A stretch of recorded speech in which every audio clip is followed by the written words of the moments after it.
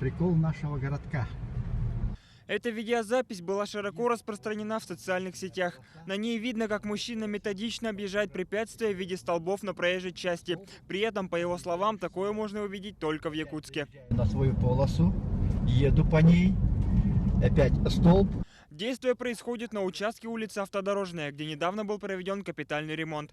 Раньше здесь было всего 2 полосы движения, теперь их стало 4, однако одна из них занята посторонними объектами. Реконструкция улицы Автодорожной по условиям муниципального контракта с генподрядчиком ПАО «Дорис», заключенным с МКУ «Голострой», на 2 года. 2016 год – это работы по устройству автомобильной дороги, и 2017 год, вторая очередь. Это вынос всех инженерных сетей, в том числе и сетей наружного освещения.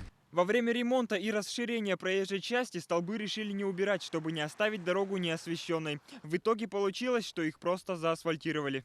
Из-за климатических условий нашей республики ремонтные работы на данном участке дороги пока приостановлены. Данные объекты будут убраны с дороги только в следующем году.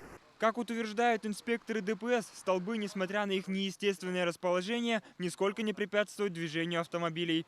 Согласно нормам и требованиям ГИБДД, на всех препятствиях установлены соответствующие знаки. Данный гражданин, по которому говорили, не учел, что на данных опорах освещения имеется дорожный знак 422, то есть объезд препятствия слева. Простыми словами, каждый водитель, двигаясь по данному направлению, должен учитывать, что данный знак показывает, что имеет препятствие, и его необходимо объехать.